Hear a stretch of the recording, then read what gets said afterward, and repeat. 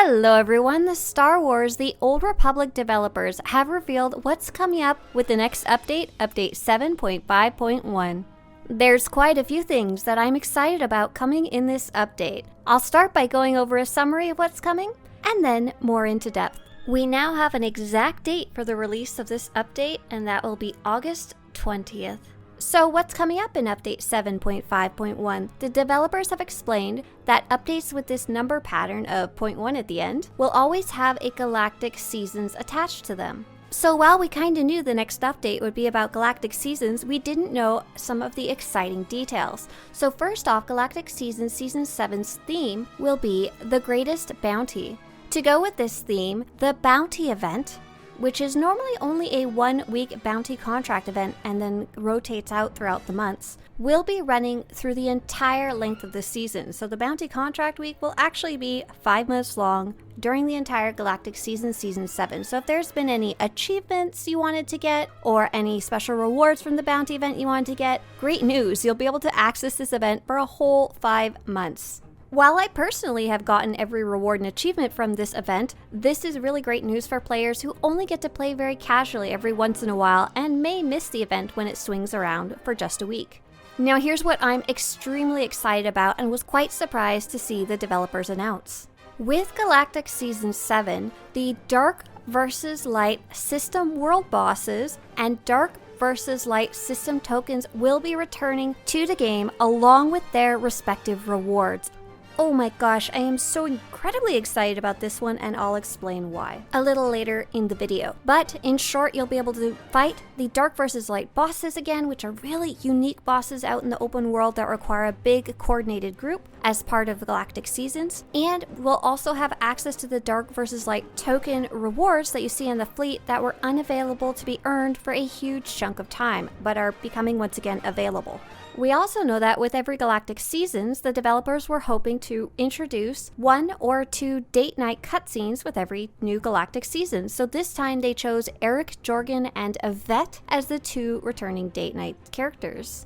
They are adding something called Twitch Drops. These are basically going to be a way to get extra free rewards in the game by watching other players play Star Wars The Old Republic on the Twitch platform. As always, the Cartel Market will have a whole bunch of new items, including some really beautiful weapon tunings. 7.5.1 will also bring some positive gearing changes that should make it easier for you to gear up through story mode operations if that's your jam.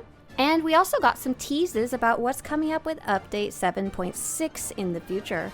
Now that you've got the summary, let's dive into the details. Galactic Seasons Season 7 will be coming with Update 7.5.1. This season, as always, will be bringing new rewards that you can earn through the Seasons track, but players are even more excited about this season bringing back the Dark vs. Light planetary world bosses and Light vs. Dark tokens. Season 7 will be called The Greatest Bounty, and the season story will lead you to Cantek Bren of the Bounty Brokers Association, so it's going to be a very bounty-themed season. As I mentioned, the bounty event will be enabled during the entire season when it normally only lasts a week. There will not be any new, more difficult bounties for the bounty event, but you will be sent after some incredibly difficult special world bosses that will require 8 to 16 people to defeat as a weekly Galactic Seasons objective.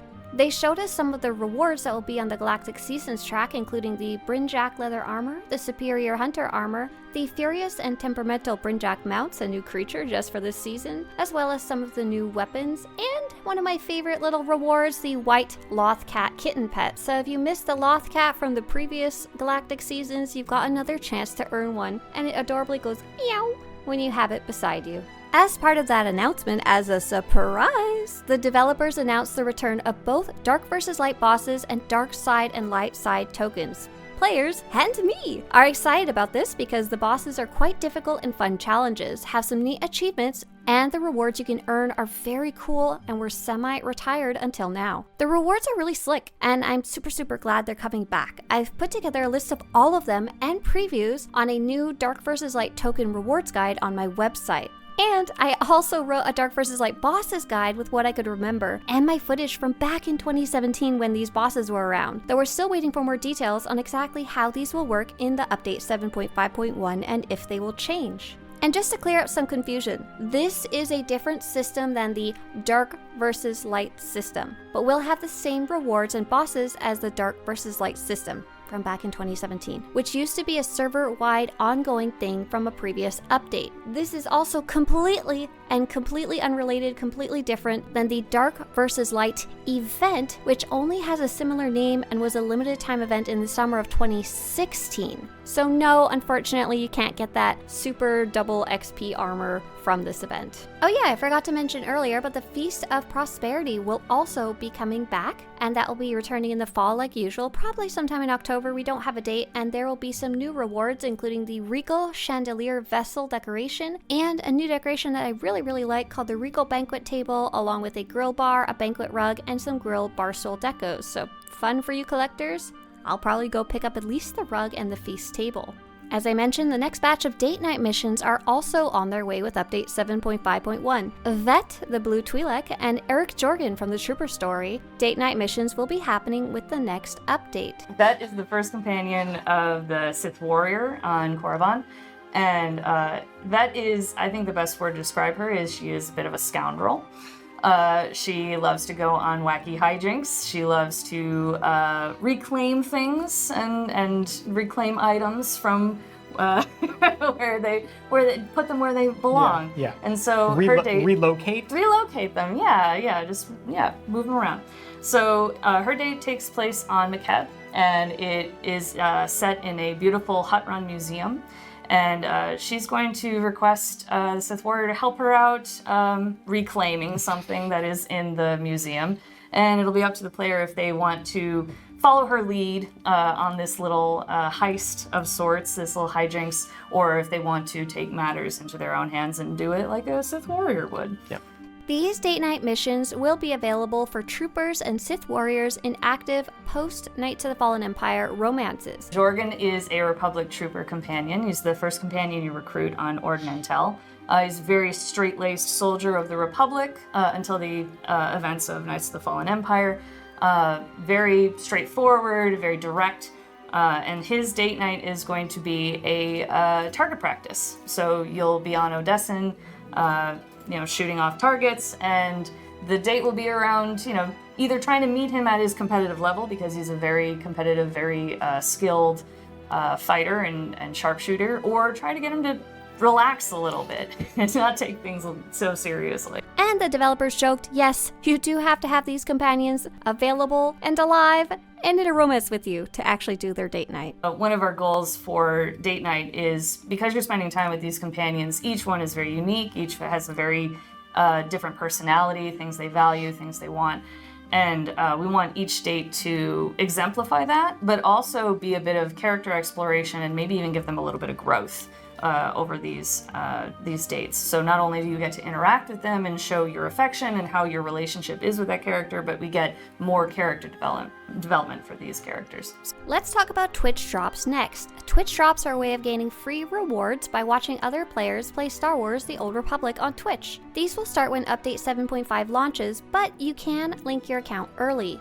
If you need a little guide about how to link your Twitch account with your SWTOR account, I've got a guide on how Twitch drops work on my website, and I'll probably be putting up a video once it is actually live. The first reward will be the Orlean Voidstream mount for watching 4 hours of SWTOR on Twitch within 30 days of 7.5.1's launch. By the way, I do stream every weekday morning from 8 to 10 a.m. Pacific. If you want to come swing by, say hi, and get some of those watch hours in, feel free. But of course, you can watch any person playing Star Wars: The Old Republic on Twitch in the Star Wars: The Old Republic category to get that mount. We'll be getting some new Cartel Market items just like we do pretty much every update, and this time does not disappoint. First off, they showed off the Imperial Commando armor set, which is actually something you can see in game but could never actually get. This will be the first time they introduce a true, proper Imperial trooper kind of armor. The only other version that's available is from the collector's edition on the fleet, and this one is quite slick even compared to that. As another cool little unexpected twist as part of the reveal for this update, they also shared they are releasing some Cartel Market items that are inspired by the Star Wars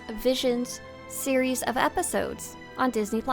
These include the Lotus Blade Lightsaber, the Burning Embers Lightsaber, both based on katana-style weapons, matching Dualsabers, And most interestingly, 2 new weapon tunings, including the Scattered Blossom weapon tuning, which has little sakura cherry blossom flowers falling from the sky, and Scattered Embers weapon tuning, which has little glowing embers of fire or ash falling around your character when you have your weapons out. You could even do 1 and 1 if you have 2 different weapons. This one's already out, but they are also releasing the Master the Fight bundle, which you could get starting on July 30th and can still get now. This bundle contains 180 days subscription time, 5,500 cartel coins, the Vectron 240R Firebolt mount, primary metallic red dyes times 5, secondary metallic red dyes times 5, and the whole bundle is about $100. Well, the $99.99 price tag gave me a bit of a sticker shock the first time I saw it. Once we actually started doing the math, if you're already planning on playing for 6 months, it's a pretty good deal. And if you're already planning for playing for 6 months and also buying cartel coins, it is a great, fantastic deal.